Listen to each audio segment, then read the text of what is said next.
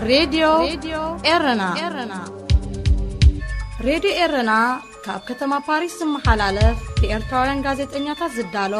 ነፃ ሬድዮ እዩ።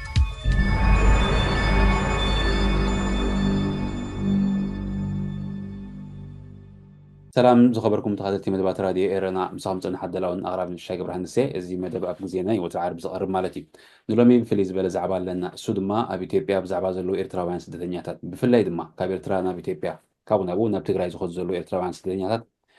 ንዓመታት ከጓንፎም ፀንሐ ምጉሱቓልን ዘይተዓደነ ገንዘብ ምሕታትን ዝምልከት ኮይኑ ሓደ ካብቶም ደለይቲ ፍትሒ ኣባል ብርጌድ ንሓመዱ ኣብ መሪሕነት ካብ ዘለዉ ማለት እዩ ኣብ ስዊዘርላንድ ይቕመጥ ሳይሞን ምሳዝ ግምሳይ ኣሎ ንሱ ብዘይካ ደላይ ፍትሒ ኮይኑ ዝነጥፎ ዘሎ ብሓደ ተመክሮ ኣሕሊፉ ኣሎ ንሱ ድማ ኣካል ናይ ስድራ ቤቱ ዝኾኑ ሰባት ናብ ኢትዮጵያ ብምኻድ ወይ ከዓ ኣብ ትግራይ ክጓሳቐሉን ዘይተዓደነ ገንዘብ ክኸፍሉን ተገዲዱ ዝተመክሮ እዚ ከካፍለኒ ሎሚ ፈቃደኛ ኮይኑ መፂእ ኣሎ መቸም ነዊሕ ዓመታት ኤርትራውያን ካብ ኤርትራ ክወፁ ክንደይ መከራ ኣብ ኢትዮጵያ ብተዛማዲ ሰላም ነይሩ ኣብዚ ዝሓለፈ 5 ዓመታት ከዓኒ ኣዝዩ ከቢድ ዝኾነ ሽግር ይቃልዑ ኣለዉ ካብ ውሽጢ ኤርትራ ሓገዝን ቆላዕታን ምስኣኑ ናብ ኢትዮጵያ ምስ ከዱ ዝጎንፎም ዘሎ ነብሲ ወከፍ ስድራ ቤት ተመኪሩዎን ይሪኦን ይሰምዑን ኣሎ ኢና ንኣምን ሕጂ ምስክርነቱ ክህብ ስለ ዝመፀ ኣመስግኖካ ምስክርነት ክኸትብ ስለ ዝመፃኻ ሕጂ ብቐጥታ ኣብቲ ንዓኻ ዘጓንፈካ ክንኣትዩ ኢና ድሕሪኡ ንስኻ ዘለካ መረዳእታ ክንመፅእ ኢና ደላይ ፍትሒ ምዃንካን እዚ ዝኸይድ ዘሎ ሽግሪ ናይ ኤርትራን ከዓ ከመይ ከም ትሪኦ ከዓ ብኣንደበትካ ክሰምዕ ክፍትን እየ እሞ ስለ ዕድመይ ኣኽቢርካ ዝመፅኻ ኣመስግነካ ቴንኪዩ ሺሺ ኣነ እውን ኣኽቢርካ ስለ ዝዓደምካኒ ናብዚ መደብ ኣዝየ የመስግነካ ፅቡቕ መጀመርያ ስመይ ስሞን መሳዝ እየ ዝበሃል ተቕማጥ ሃገረ ስዊዘርላንድ ከምኡውን ኣባል ብርጌድ ንሓመዱ ኣባል ባይቶ ብርጌድ ንሓመዱ ሃገረ ስዊዘርላንድ ዋና ጸሓፍ ባይቶ ኮይነ ድማ ይዓይ ሓፈሻዊ ኣብ ዝሓለፈ ቅድሚ 2 ሳምንታት ኣቢሉ ኮይኑ በቲ ዝነበረ ሰሚናር ናይ ብርጌድ ንሓመዱ ኣብ ኣዲስ ኣበባ ንኣዲስ ኣበባ ተዛዊረ ነይረ ኣብኡ ድማኒ እቲ ንኣንፈ መገደይ ተዓዘብኮ እቲ ናይ ኤርትራውያን ስቅያት ማእሰርቲ እቲ ኣብ ክልል ትግራይ ሒዝካ እውን ዘይተዓደነ ገንዘብ ምኽፋል ወዘተ ኤርትራዊ ብዙሕ ካብቲ ኣብዚ ኮይና ንዕዘቦሲ ብዝበኣሰ ኣደዳ ስቅያት ኣደዳ ፍርሒ ተሸቑሪሩ እዩ ዝነብር ኣጋጣሚ ኮይኑ እውን ኣብኡ ምስ ኣብሪሂሞ ተራኺብና ነርና እሱ ብሽግራቱ ኣነ እውን ብሽግራተይ ከነዕልል ኣጋጣሚ ኣምላኽ ፈቒድዎ ማለት እዩ ሶ በቲ ሽግርና ኢና ተራኺብና ኣነን ኣብርሃምን እውን ኣነ ኣካል ናይዚ ዝኸይድ ዘሎ ዘይተዓደነ ገንዘብ ክፍሊት ጭውያ መሸጣ ኤርትራውያን ሓደ ኣካል ናቱ እየ ንሱ ከዓኒ ሓወይ ከምኡውን ዞማይ ሕጂ እውን ቅድሚ ወርሕን 2 ሰሙንን ወይ 3 ሰሙን ኮይኑ ክኸውን ይኽእል ጓል ሓፍተይ እውን ኣካልቲ መሸጣ ወይ ድማኒ ኣካልቲ ክፈሊ ኮይና ኣጋጣሚ ምስ ጓል ሓፍተይ እኳ ኦልሬዲ ሓደ ሓው ብኣ እውን ስለ ዝነበረ ካልእ ንዓይ እውን ሓጋዚ ስለ ዘይነበረኒ በቲ ዝሓለፈ ፀገማት እውን ስለ ዝተሰነፍኩ ኦልሬዲ በቃ ካባኻ ክሓልፍ የብሉን ምክንያቱ ኣነ ልዕሊ ዓቕሚ እዩ ዝሓለፈ እውን ርኢኸ ኢኻ ብዙሕ ቡድነታት የሰጊረ ብዘይካቲ ሓወይ ይኹን ዞማይ ዝኸፈልዎ ካልእ እውን ስድራ ቤታዊ ሽግራት ኣጋጢሙ ድንገት እውን ኣጋጢምኒ ነይሩ ገለ ስለዚ ብዙሕ ቻለንጅ እየ ሓሊፈ እታ ምስታ ጓል ሓፍተይ ኦልሬዲ ኣይከፈልኩላን ማለት እዩ በቲ ኮይኑ በቲ ግን በቶም ሓውበታታ ደቆማ ዝበሃሉ ብኦም ተኸፊልላ ኣጋጣሚ ኮይኑ ምናብኡ ምብፃሕና ግን እቲ ስኻ ዝኸፈልካዮን እቲ ክትከፍል ዘሕለፍካዮ ተመክሮን እስከ ነገረና ንሰማዓት እስከ ነገሮም እንታይ ኻ ከፊልካ እቲ ዝነበረ ናይ መጀመርያ ሓወይ ነይሩ ዝያዳ ንዓይ ዘሸገረኒ ሞር ዝተረዳእኒ እውን ምክንያቱ ኣብ ናይ ዞማይ ዝሓለፈ ኣዋፂኦም ስለ ዝኸፈልዎ እቲ ገንዘብ እውን ኣብ ብዙሓት ተመቒሉ ደሓን ዝኾነ ክፍሊ ስለ ዝነበረ ከም ሸለሊና ኢና ሓሊፍናዮ ኣብቲ ካልኣይ ግዜ ግን ናይ ገዛእ ርእሰይ ከም ተቐዲሞ እውን ዝበልኮ ናይ ገዛእ ርእሰይ ብድሆ ገጢምኒ ነይሩ ኣቦይ ወላደይ ተጎዲኡ ነይሩ ግን ኣብ 4 መዓልቲ ዘይኣክል ተስካር ሕልፍ ኣቢሉ ካብ ሃገር ወፂኡ ብድሕሪኡ 4000 ክትከፍል ኣለካ ዝብል መልእኽቲ መፂኒ ማለት እዩ ሕጂ ካብዚ ንድሓር ጀምርቲ ሞር ضغطي ማለት እዩ ስለዚ ተሓወይ እንታይ እዩ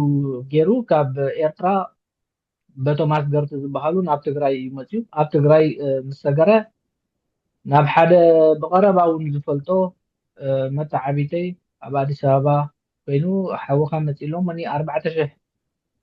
ክትከፍለሉ ትኽእል ኢኻ ናባይ ከተወርዶ ትኽእል ኢኻ ይብለኒ ሕጂ ኣነ ኻ ብቐረባ ስለ ዝፈልጦ ኣብ ዝሓለፈ እውን ናይ ዞማይ ከምቲ ዝበልኩኻ ናብኡ ወሪዱ ስለ ዝነበረ እሞ ትፈልጥ ኢኻ ዝኩሉ ሽግር ኣሕሊፈ ብዙሕ ፀገማት እውን ብዙሕ ጉዳያት እውን ሰጊረ ንዓኻ ሓድሽ ኣይኮነን ስለዚ እንታይ ኢኻ ክትተሓበረን ትኽእል ወይ ድማ እንታይ ኢኻ ክትሕግዘኒ ትኽእል ብምባል ተወኪሰዮ ማለት ስለምንታይ ንዑ ሓድሽ ዘይኮነ ከመይ ኢኻ ዝተፈልጥ ኢኻ ዝበልካዮ ብቐረባ ስለ ትፈልጦ ዲኻ ወላስ ቅድሚ ሕጂ ንዑ ስለ ዝኸፈልካ ዲኻ قديمة قلت لكان يا رشيشي متعابتي ود خبابي يو بقرب أو نايس درابيت كم تزبلكو أبيتو قدي إني رسون بقرب فلتيو أب نوي حزي كونا قزي وانت حوي متيو كفل زبلان زلو سلازي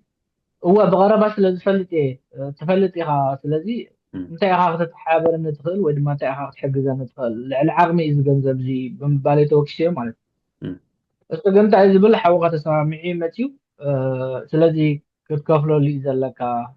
تي كفل زبل كاني أنا كون قالوا سبعة محيزو مزلو يزبلانو مالتي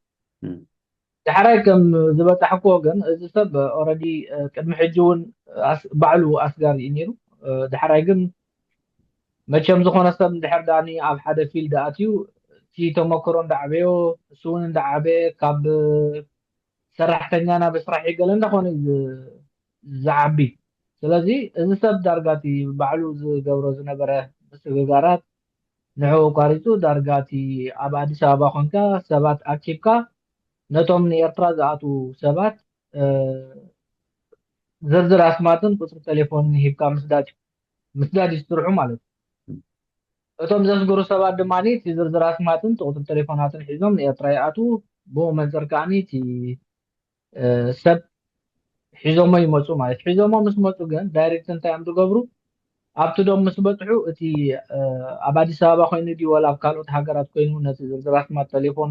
ዝህቦም ዘሎ ሰብ ብቐጥታ እቱ ምስ በሉ እቲ ዶብ ትግራይ ንዑ እዮም ዝድውልሉ እሱ ኻኒ ናቱ ሰራሕተኛ ዶ ክንብሎ ንኽእል ናቱ ኔትወርክ ኣለዎ እቶም ኔትወርክ ናቱ ደው ኢሉ ኻኒ ተቐበልዎ ይብሎም ማለት ስለዚ ከይዶም ምሳቶም እንታይ እዮም ዝገብሩ ካብቲ ሒዝዎም ዝመፀ ካብ ኤርትራ ንዑ يركبون مالتي تخاب يطرح يزوم زمته الساتون كاني بو منصر ابتي تدليلهم زلو غزا عاصيوم في تليفونات ناي مدوالن حاول ناي مبالن حلافነት አለዎ ማለት ኦሬዲ ንሱፋኒ አዛዙ ኮይኑ ወይ ተቀባሉ ኮይኑ ኣብ አይ ቲንክ ሱ ኣብ ትሽዑ ግዜ በአዲስ አበባ ይነሩ ካልኦቱን ኮሙ ማለት ስለዚ ተመስርሕ ብኸንዚ ዝካየድ ሕጂ እቲ ዝያዳ ሞር ተኣፋፍ ዝገብሮ ኻኒ ኣብ ኣፍ ገዛኻ ሞቲ ዝሓለፈ ፅልኢ ዝሓለፈ ኣይኮነን ዶ ከምዛ ዓይነት ኣብ መሬት ትግራይ ይፍፀማሎ ተባሂልካሲ ብዘይ ንሱ ኳስ እንታይ ዓይነት ፅልኢ ነርና እንታይ ዓይነት ፅልኢ ንዛሕ ነይሩ ኣብ ኤርትራ በቲ ስርዓት ርዱእ ነገር እዩ ማለት ስለዚ እቲ ስርዓት ከዓ ነዚ ጉዳይ ፎኔልካ እዩ ዝገብሮ ክበሃል ይከኣል እውን ምክንያቱ ስርዓት ህግደፍ ከምቲ ንፈልጦ እቲ ኣታዊታት ናቱ ወይ እቲ ገንዘብ ዘኻዕብተሉ ካብ ዜጋታቱ ኩሊት እንዳሸጠ ህይወቶም እንዳሸጠ እንዳካላበተ ኣብ ፈቆዶ ሃገራት እንዳእሰረ ተመሊሶም ካብኡ ንክወፁ እውን ኣክንዲ ጠበቓ ኮይኑ ዘውፅኦም ገንዘብ ክፈሉ እንዳበለ በቲ ናቶም ማሕበራት ገይሮም ከም ዝወፁ እቲ ገንዘብ ከዓኒ ከምቲ ኩላህና ንፈልጦ ሕጂ እውን እንተኾነ ብኣዲስ ኣበባ ሲ እዚ ኩሉ መሰናክላት ሓሊፎም እዚ ኩሉ ክፍሊት ከፍ ኢሎም ኣብ ኣዲስ ኣበባ እቱ ኣብ ዝበልሉ ግዜ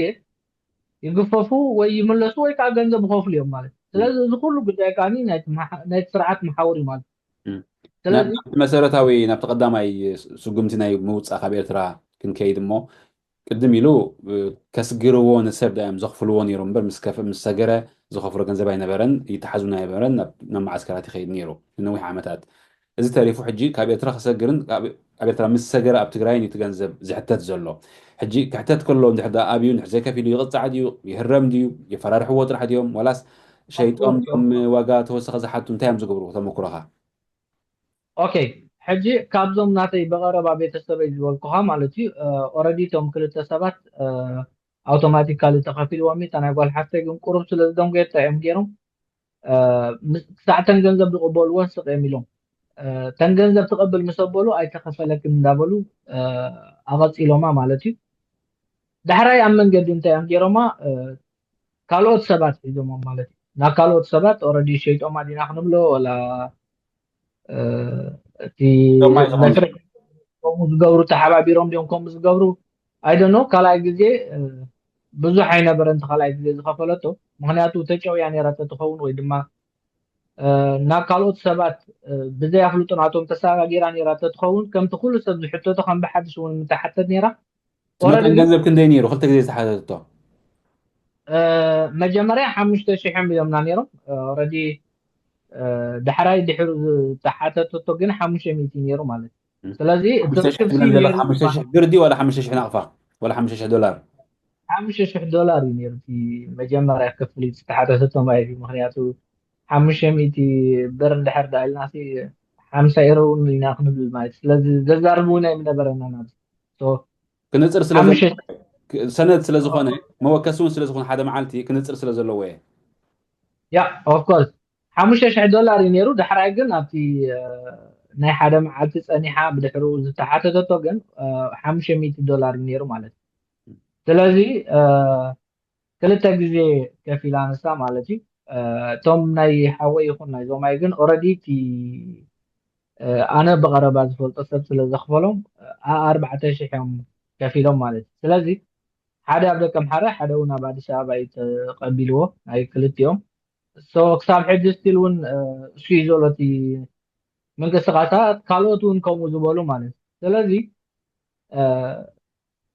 اتجنزب بأديس أبابا يزخفل ولو نبي ارتاح كفلو تخليها زخولو شجرجن انتايو معركة مزبسي هو مدحر الكاني اتناتنا شللتنت نتشجر من اللممات يخومو زقبرو مالتي مخنياتو انا حجي زاربالو جاست نعلالنا تراين كسمعو كم زناتي سقاي زبطحون كم زناتي شجر زوردهم سباتي نزع علال كم مستيبون تتقيمو تاشجرهم ولا وتيمو كاخزاربوسي تبعات يبولو من والد سلازي نتشجر ارتراويان سي كاب شجر كنفتح سي شجر كنلمد زغربنا حبرة السبينة خوينا زلنا مالت سلازي أنا في بقربا فوت نسخة حجي أبتناي دلاي فتح مسمر سلازل لخا تمكرها تكافل تبعاتنا مع بيلكا نقحتنا مع بيلكا لخا خالص سبقن من الوقت أبتناي دلاي فتح مسمر سلازل لخون خيل واتيو حسابونا هي مقلات تبعات سلازي مع بل خون خيل بعرف فلت أنا خايف لندي نكارلوت بعلم فرطو يلون خون خيل إسخاجن زخلو سجير كي خاطر حساب كان تمكرها مردات خاونت نقدر نزل لخا حج بزعبات مردات خان بزعباتي ريتو عند حركة الموتين حجيب زعبات استفدت سمخن متسه كم تسمع أخو أبكار قال متأيق استخان حوخاوي نت بيت سبكا عدلها بالنسبة لك يوم سابق كان بدخا يدويلو مو بزعبات زقرب نجرني أدخاونا تعنا تجمع كم فترة لين زرزر نجير كان يركام مأزون تبقي وسبات سمعوه اوكي شوفي اوريدي تي تسب كم جبل لك ابو قربا سلازي فلطت نبركو واقع عداقا تاك تحجزن تخل تاك تحابرن تخل الى بزح غزي دواويله حتيتي تخونا جنسو فقادኛ ይነበረን ዝኾነ ይኹን ቅርሺ እውን ክንክየለ ፈቃደኛ ይነበረን ማለት እዩ ኣብኡ ድሕርና እንታይ ኢና ጌርና ኣብ ናይ ቃላት ግርጭት ኢና ኣቲና ኦረዲ ሓወይ ኣብ ትሕቲ ካሎ እሱ ኻኒ እቲ ክፍሊት ኢልካዮ ዘለካ ልዕሊ ዓቕመይ ኣይከፍሎን እየ ሓወይ ዝኾነ ይኹን ምዝወርዶ ግን ተሓታቲ ንስኻ ኢኻ ስለዚ ዝኾነ ፍታሕ ክሳብ ዘይገበርካ ወይ ድማ ምጉዳል ክሳብ ዘይገበርካ ገንዘብ ዝንዓይ ልዕሊ ዓቕመይ እዩ ኤልዮ ኦረዲ ንስኻ ተቐበል ኣቢሉ دحان نسو كوميلكم كم تفكرس نفلتينا نقع كاب أفكار فسكا زبل ملسي هبن مالتي كابزي أنا حي تليفون حسوا بيلو دايركت انت ايجيرو ناب ايرفرايدو ويلو ناب الدي مالتي الدي كاني نايت عنا تقام نيروا بزحدهم كو شكرا قال نيروا دول مسبله اوريدي كدول لاون كني مالتي تمجمره واقع عداغا مس ገበርና ገለ ተሰበሉ ገለ ተባሂልና ሲ ክልተ ሰለስተ ግዜ ገለ ተዳዋዊና ሕጂ ኦልሬዲ ናብ እሙን ሲ ደው ኢሎም የርኢ ማለት እዩ ስለዚ ፋይናል እንታይ ኢልዎም ንዖም እሞ በቃ ወድኺ ክሳዕ ፅባሕ እንድሕር ዘይከፊሉ ክንሾጠ ኢና ዝብል መልእኽቲ ሰዲዱላ ኦልሬዲ እታ ቴሌፎን ሒዛታን ከላ ብቐጥታ ወዲቓ ማለት እዩ ካብዚ ንድሓር እንታይ ተገይሩ እንታይ ተፈፂሙ ገለ ኣይትፈልጥን ተላዒለ ሕክምና ኸይዳ ብድሕሪ እዚ ብዙሕ ቴሌፎናት ብተደጋጋሚ ሚስኮል መፂን እንተኾነ ግን ኣነ ዕድል ኣይረኸብኩን ንስዑ ክምለስ ኦልሬዲ ኣብ ስራሕ እየ ነይረ ምሸት እውን ሰዓት 10 በዚ ናይ ዝዓዲ ብናይ ኤርትራ እውን ፋዱስ ናይ ሌት ስለዝኾነ ክምለሶም ዕድል ኣይረኸብኩን ኣብ ሽዑ መዓልቲ እንተኾነ ግን ከባቢ 16 17 ዝበፅሕ ሚስኮላት እዩ ፀኒሕኒ ማለት እዩ ንግሆ እውን ምሸት ስለ ዝኣተኹ ንግሆ እውን ደቂሶም ከለኹ ብተደጋጋሚ ሚስኮል ይደጋገም ማለት እዩ ካብዚ ንድሓር ተመሊሰ እያ ማለት እዩ ሓብተይ ሃለው ትብለኒ ኣንተ ኣለኻ ዶ ብሂወት ገለ ትብለኒ ማለት እዩ እዋ ኣለኹ ድሓንቲ ኸ ገለ ይብላ ማለት ሕጂ ኣከንዲ ከምዚ ኮይኑ ትብለኒ ኣደሲ ትመልዩ ተላዒላ እኮ ኣብ ሕክምና ኣትየ ክሳብ ሕጂ ሕክምና ኣላ ትብለኒ ኣነ ኸ ይስንብድ ማለት ኦልሬዲ ሲ ከምኡ ኣይሓሰብኩን ክሳብ ንኤርትራ ደው ኢሉ ስውን ፈልጣ እዩ ብቐረባ እውን ፈልጣ እዩ ሰብሲ ነደይ እውን ብቐረባ ፈልጣ እዩ ጥዕና ከምዘይብላ ኣብ ኣዲስ ኣበባ መፅያ ብሕክምና ከላ እውን ርኢዋ ነይሩ ብኣካል ኩሉ ነገር ማለት ግን ከመይ ዓይነት ሰብ ስለ ዝኾነ ዳሉ ስድራኻ ዝፈልጥ ኣደኻ ዝፈልጥ ናይ ጥዕናን ኩነታት ዝፈልጥ ኣቦኻ ምሟቱ ዝፈልጥ ንዓኻ ብቐረባ ዝፈልጠካ ብቐረባ ትፈልጦ ማለት ሲ እንታይ ክኸውን ይኽእል ክሳብ ክንዱ ድፍረት ረኺቡ እሞ ከዓ ኣብ ደቀም ሓደ ከም ዝኽፈል ክገብር ሲ ማለት ኣይወድን ድዩ መሲልዎ እዚ ግዜ ዋላ እንታይ መስለካ ሽሺ እሳቶም ኣብቲ ከምቲ ዝበልኩ ከዓ ንሱ ካብ ነዊሕ ዓመታት እውን ከምኡ ዓይነት ተመክሮ ስለ ዘለዎ ንሳቶም ንሂወቶም ከምዚ እንታይ ሒዝና ኣላ ዛ ዓይነት እዮም ካሎ ኣደይ ቅበፅን እንደኽንብሎ ከምኡ ዓይነት ኣካይዳ እቲ ናቶም ከይድታት ወይ እቲ ናቶም ሒዞሞ ዘለዉ ዕላማ ሲ ከምኡ እዩ ግበር ኣይትግበር ተዘይጌርካ ከዓ በቃ ንዕኦም ምንም ነገር ኣይኮነን ማለት እዋ ግን ካብ ሰብ እንዲኦም ተፈጢሮም ሰብ እንዲሁ ከባቢኦም ዘሎ ቤተሰብ ኣቦ ኣደ ሓፍቲ ሓትነ ኩሎም ቤተሰብ ኣለዉ ኖ እስኹም ብስድራኹም እዚ ኩሉ ሽግር ክጎንፈኩም ከሉ ኣብ ልብኹም ናብ ኣእምሮኹም ሰኒድኩሞ ዘለኹም ናብ ቤተሰቡ ዋላ እውን ናብ ደቁ ክመፅእ ዝኽእል ነገር ኣይሓስብን ድዩ ግዜ እንታይ መስለካ ሽሺ ሰባት ኩላትና ሰባት እንዲና ንበሃል ሕጂ እንድሕር ዳኣኒ እታ ናይ ሕጊ ተፈጥሮ ሕልና ትበሃል እንድሕር ዳ ሓንቲ ግዜ ደፊርናያ ወይ ድማ ሓንቲ ግዜ እንድሕር ዳ ተላማሚድናያ ግን ካብኡ ንድሓር እቲ ምስልናን እቲ ኣካላትና ናይ ሰብ ቅርፅን ምስልን ዘለዎ እምበር እቲ ንሕና ንሰርሖ ስራሓት ኦልሬዲ ካብቲ ናይ ሰባት ኣዝዩ ዝተፈለየ እዩ ማለት ስለዚ ምናልባት ምስሎምን ወይ መልክዖምን ምስ ደቂ ሰባት ክመሳሰሉ ክእሉ እዮም ካብኡ ዝሓለፈ ግን ናይ ሰባት ባህርያት ኣለዎም ኢላ ይገልፆምን ኣነ ብውልቀይ ማለት ስለዚ ናይ ሰብ ስራሕ እውን እኮ ንሰብ ከማኻ ኣብዚ ሎሚ ሰዓት ወይ ኣብዚ 21 ሴንቸሪ ኣይኮነን ዶ ንሰባት ኣብ ገዛ ዓፂኻ ከምዝኽፈሉ ከምዝግበሩ ገለ ኢልካ ወይ ክትሸጦም ክትልውጦም እታ ተፍቅራ ክትኻ ከማሲ ካብ ደገ ኮኪብካ ንዕዳጋ ክትወርድ እንታይ ዓይነት ከምዚኻ እንታይ ዓይነት ምንቅስቃሳት ይገብር ርዱእ ነገር እዩ ማለት ስለዚ ኣብዚ ሎሚ 21 ክፍለ ዘመን ኣይኮነን ዶ ፍቅሪ ወዲ ሰብ ፍቅሪ እንስሳ እኳ ኣብ ዝዓብየሉ እዞም ሰባት ምንም ንዕኦም ወላ ሓንቲ ነገር ኣይኮነን ማለት ስለዚ ካብ ሰብ ዘብሎም ኣዝዩ ዝረሓቐ ናብ ሰባት ዘየቕርብ ባህርያት እዩ ዘለዎም ክብል ዝደፍር ኣነ ማለት ሕጂ ካብ ኬኖ ንዑዝ ምፍታን ካብ ምዝራብካ ንስድራ ቤቱ ንቤተሰቡ ተዛሪብካዮም ዶ ወይ ስድራኹም ኣብ ደቀ ምሓር ተዛሪቦሞም ዶ ሕማቕ ይግበር ከም ዘሎ ሕማቕ ይገብር ከም ዘሎ መጠንቀቕታ መሳሊ ማዕዳ መሳሊ ወይ ከዓ ፈቲንኩም ዶ ብቐረባ ክሕተት ዝኽእል ብቐረባ ዝፈልጡ ኣካል እኳ የለን ኦልሬዲ ኣቦ ኣድዩ ኣይ ቲንክ ድዕድዩ ኣቦ ግን ብሂወት ኣለዎ መስለኒ ኦልሬዲ እውን ንሶም ኣዝዮም ዓበይቲ እዮም ቀደም ዝፈልጦም ነይረ ኦልሬዲ ካብ ስደት ካብ ንወፅእ ግን ብሂወት ኣለውን የለውን ኣይፈለጥኩን ኦረዲ ብኡ ግን ከም ዘየለዉ ረጋጊፀ ማለት ስለዚ ብቐረባ ክሕተት ወይ ክሕተትሉ ዝኽእሉ መናእሰያት ድዮም ኣሕዋት ድዮም ገለሲ ዝፈልጦም የለዉ ወላ እውን ዘለዎ ኣይመስለኒ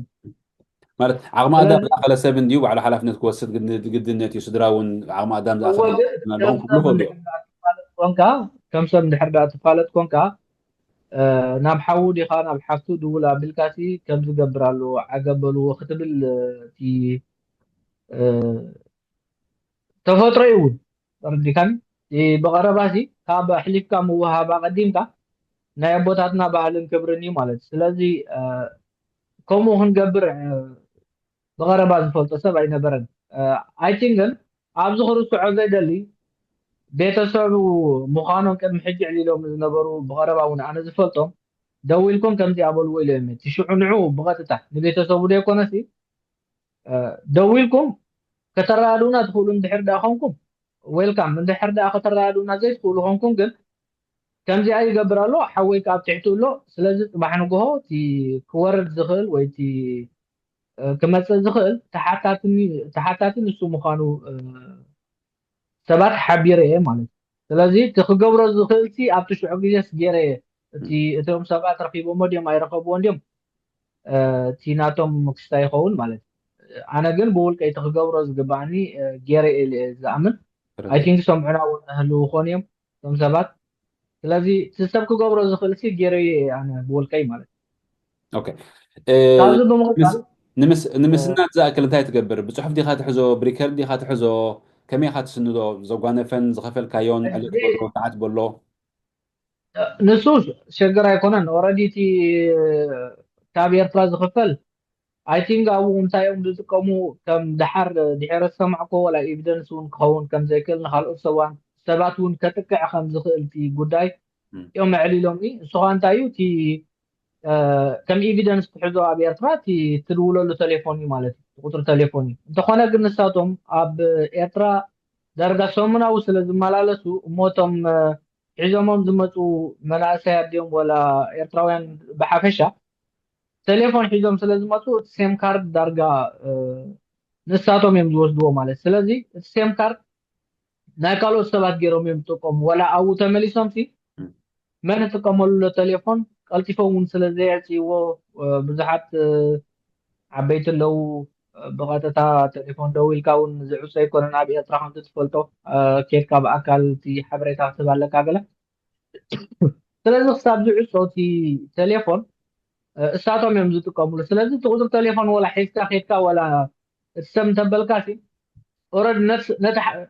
ነቲ ከማኻ ግዳይ ኮይኑ ዘሎ ሰብ ተመሊስካ ኢኻ ግዳይ ትገብሮ ምክንያቱ ቴሌፎኑ መን ሒዝዎ ኣሎ ሲ ኣይፈልጥኒ ማለት እዩ ስለዚ እቲ ናይ ኤርትራ ከም ኤቪደንስ ኢለ ኣብቲ መጀመርያ ክሳይ ዝቐመጥክዎ እቲ ቁፅሪ ቴሌፎን እዩ ነይሩ ኦረዲ እቲ ቁፅሪ ቴሌፎን ግን ርግፀኛ ኣይኮንኩን ናቱ ድያ መሳርሕቱ ድዩ ኣይኮነን ድዩ ሲ ክትፈልጥ ኣይትኽእልን ኢኻ ማለት እዩ ስለዚ ብቴሌፎን ደው ኢልና ኢና ሂብናያ ማለት ናይ ኤርትራ ፍሉይ ዝገብሮ እቲ ስድራ ቤት ዘውፅእ ሰብ ክሳብ መንደፈራ ክሳብ ኣስመራ ክሳብ ካልእ በፂሑ ስለ ዘውፅኦ ሬጅስተር ኮይኑ ስለ ዘውፅኦ ብሂወት እንተሃልዩ ስደት እንተወፅዩ ምናልባት ብሂወት ተዘይሃልዩ ስደት ተወፅዩ ምናልባት ቴሌፎን ከዓ እንድሕር ዘይተዓጭ ከም ዝብሎ ዘለካ ኣሸጋሪ ክኸውን ይኽእል እዩ ግን እታ ሲም ካርድ ንሳ ብመን ወፅያ ነይራ ክፍለጥ ይከኣል እዩ ገዲፍዋ ምስ ከድኻ መን የዘውትረላ ነይሩ ከዓ ክፍለጥ ይከኣል እዩ እቲ ቆፎ ኣቲኻ ክረአ ይኽእል እዩ ግን ነዚ ኩሉ ክንገብር ከኣኒ እቲ ስርዓት ሕሳን መስለኒ ሽሺ እቲ ቴሌፎናት ንኣብነት ሓወይሲ ቴሌፎን ሒዙ ይወፅዩ ተረዲካኒ ሕጂ እቲ ሴም ካርድ ትገለ ግን እቶም ሰባት ምስ ሓዝዎም ግን ቴሌፎኖም ኣይትበልቲ ኣሎ ዝበሃል ንብረቶም የሕድግዎም እዮም ተረዲካን ብድሕሪኡ እቲ ቴሌፎናት ድዩ እቲ ሴም ካርድታት ድዩ ገለ ድዩ እቲ ንኤርትራ ሒዝዎ ዝኸይድ ሰብ ይጥቀመሉ ኣሎ ማለት እዩ ስለዚ ተመሊስካ ኢኻ ንኣብነት ቴሌፎን ናትና ሲ ክትከውን ትኽእል እያ ናይ ገዛና ሓወይ ሒዝዋ ወፅዩ ኣብኡ እቲ ቴሌፎን ተሓዲጉ እቲ ቆፉ ምስ ሴም ካርዱ ተሓዲጉ ማለት እዩ ስለዚ ብድሕሪኡ ተመሊሱ ናብ ኤርትራ ክጥቀመላ ክእል እቲ ሒዝዎም ዝመፀ ድዩ ወላ ካልኦት ኣካላት ድዮም ሲ ሒዞም ይጥቀሙላ ተረዲእካ ሕጂ እቲ ብቐረባ እውን ድውል ኣቢልካ ክትዓፅወሉ ዘይትኽእል ስለዝኾነ እቲ ናይ ኤርትራ كم تزبلكوا أديت عنا بلان أبجزانا ونسي أتريفا زلان سو حساس ليدي نايت جزانا إنيرو تم كالوت ننابرهم حدارهم يمتم عبيت حواتي مالس لذي بغرباسي أدي ون كيدي لاديا ولا دولا بلا كم زي تليفون سو لي كتب لسي أي تخيلني مالس لذي خطكم لي أم ساعتي حواتي اليوم مسيوم ولا كال بيت السبي تي حبريتا رقيبهم ساعة تليفون دعسوها السو خطك كمال لاي سلازي قزم دي خقبل الله كالوت سبات ديو بوتا خقصر الله ولا قلسي እንድሕር ዳ ሕሊፍካ ሂፍካ ተመሊስካ እውን ነቲ ስድራኻ ኢኻ ግዳይ ትገብር ማለት ስለዚ ከም ኤቪደንስ ክኸውን ዘሎ ተኽእሎ ፅብብ ዝበለ እዩ ምስ ናቶም ዝጥቀምሉ ሲስተማት ማለት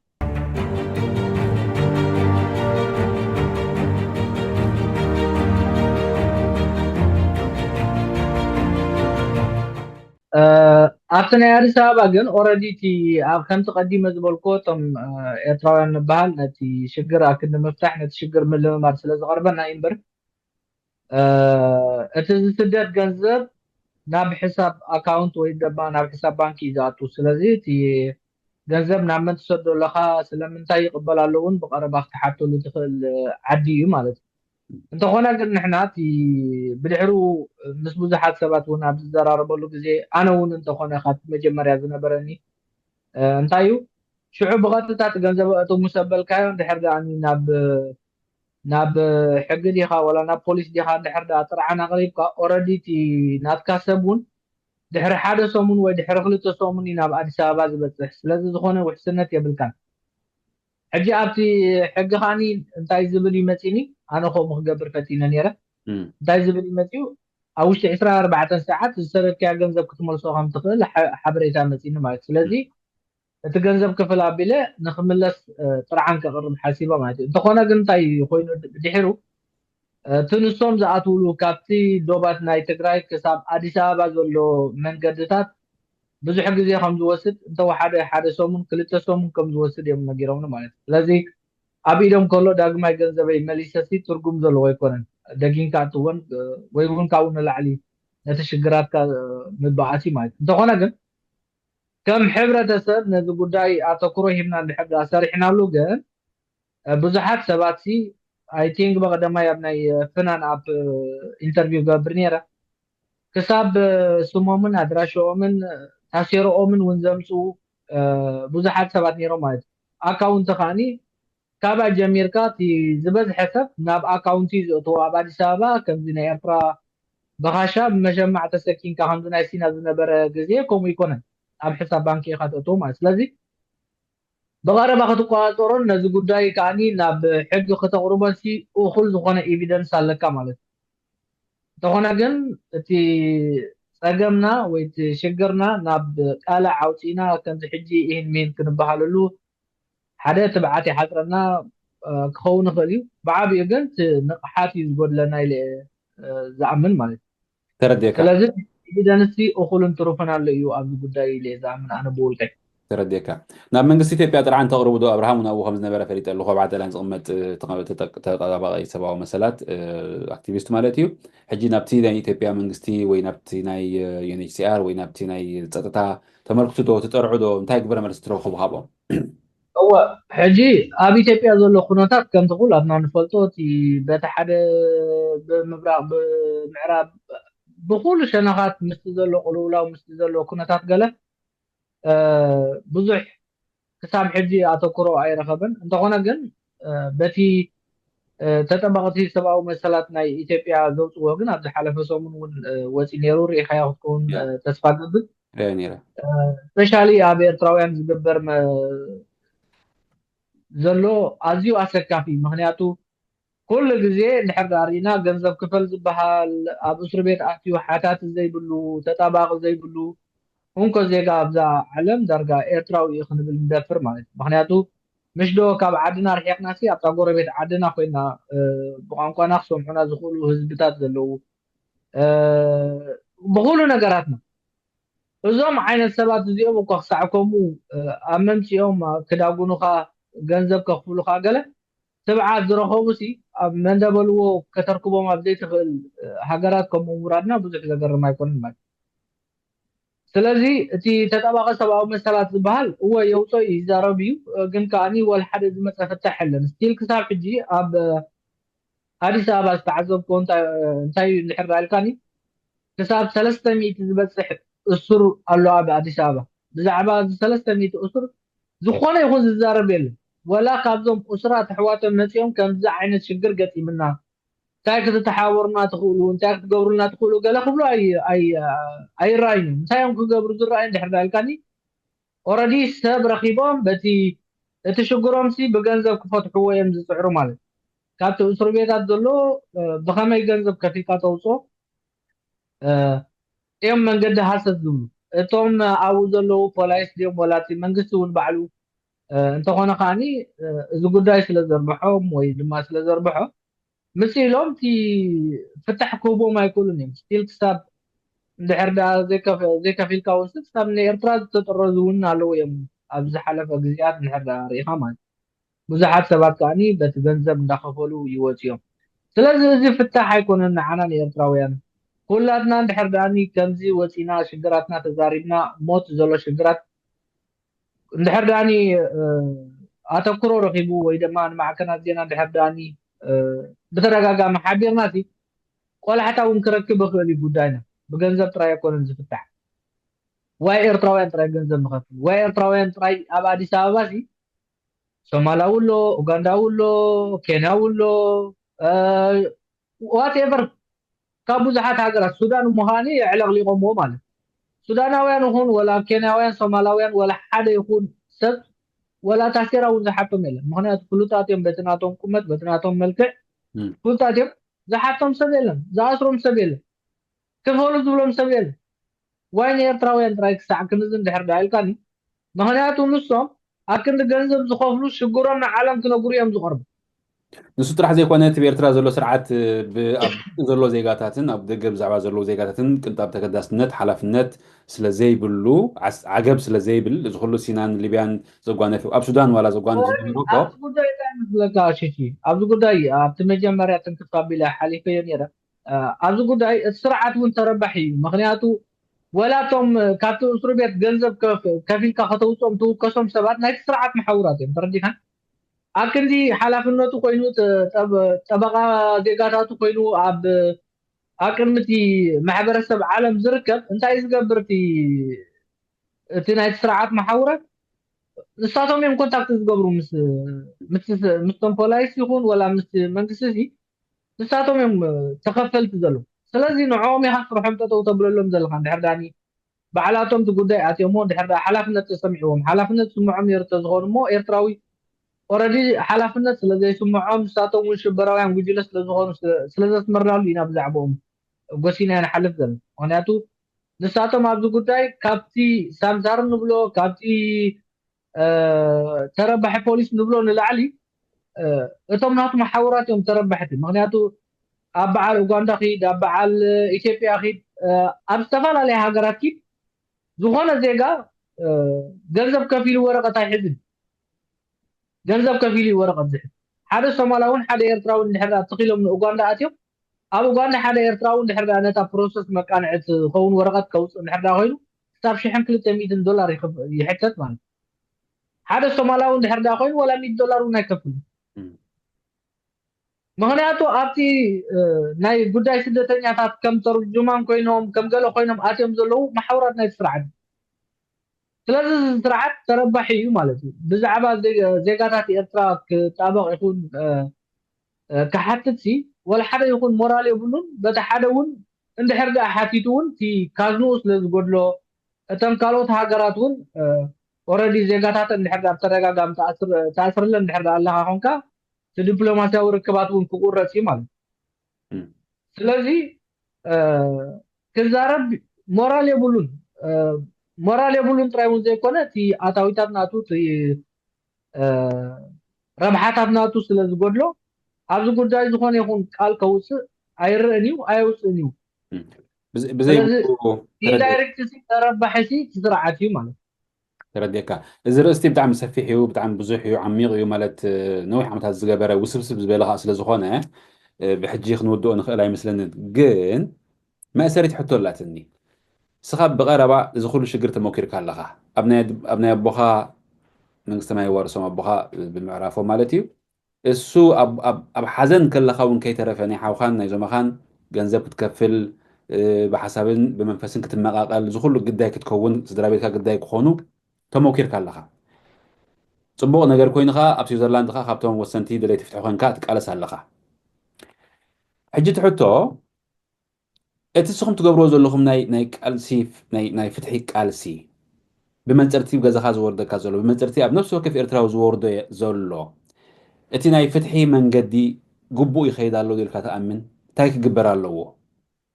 إذا نعخاز تموكر كاش شجر كمان نخد أب كالوت نخي تدقمسي تحنت مفتحتاس ناي فتحي مسمر تعريو ناي فتحي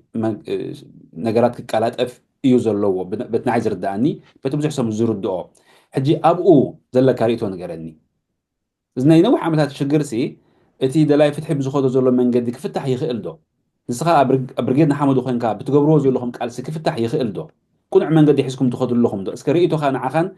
نما سارح تخان نما قال استخان مستيز تمكر كايو انا زاتير كاريتو خاص كهبني زي وسانيتيا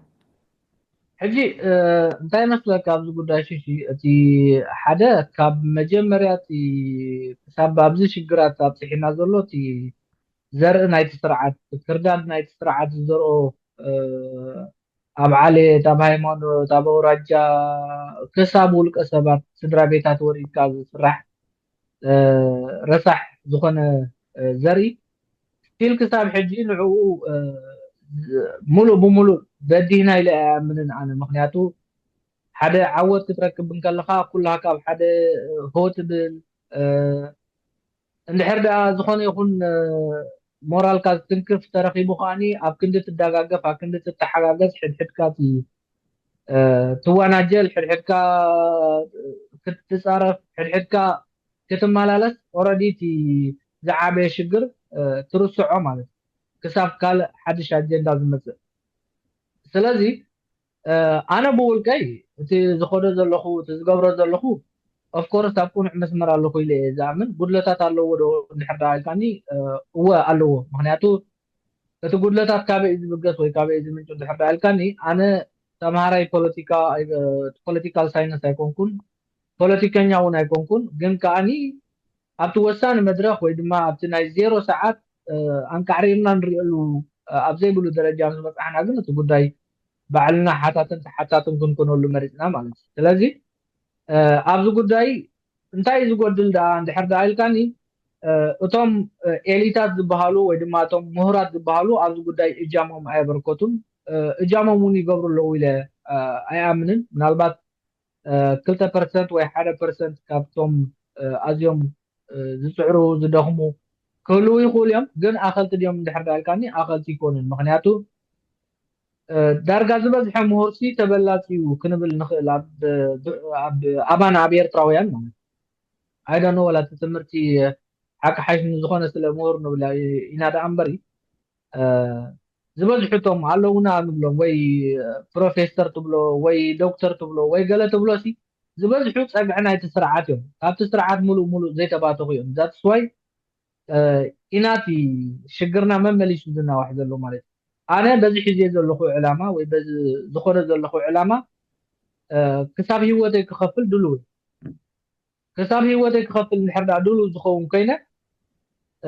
حدا خاني كساب هيوتو زحلف تبت زقبو معرف تسرح معرة يكسقوم يقبو ماله لذي أنا نحرد أمن خضر بوفيرة نسو خاني تأمن زدربيو أنا يقولني مور حدا قا خورد اللي زخل أنا يقولني دحان زخونة ሓደጋ ማለሲ ኦሬዲ እንድሕር ዳና ክሳይ ትወፍር ኣለኻ ሓዲዩ ክመፅእ ምዃኑ ርዱእ ነገር ግን ከዓኒ ኤና እዩ ሞር ንሓደጋ ዘቃልዓካ ኣብ ቤት ፍርዲ ዘፍርደካ ኤና ኢኸ ብታራ መቕፃዕቲ ዝሓልፈልካ ሕግታት ኣለዩ በይናይ ወገን ኢኻ ተኸሲስካ ዘለኻ ወይ በይናይ ወገን እንተተኸሲስካ ኢኻ ሞር ንስኻ ክትዕወተሉ ትኽእል ሓደ ምሁር ነዚ እውን ፀብፃብ ብግቡእ ናብቶም ተቃለስቲ ከውርድ ይኽእል ነይሩ እዩ ማለት እዩ ምክንያቱ ብዙሕ ሰብሲ እንታይ እዩ ጥራይ ስምዒታት እዩ ዝቕድሙ እቲ ንዓይ ወሪድኒ ዘሎ ንሓደ ወሪድዎ ዘሎ ነቲ ብሳይ ወሪድዎ ዘሎ ንዓና سقينا شجرنا إيو أبز كله أبصحنا زون أنت أبتحق مسكربنا جن تاي عينة فرقي مثلا كلها وكلها فلوتير ስለዚህ ትምሁር አጎነና ኮይኑ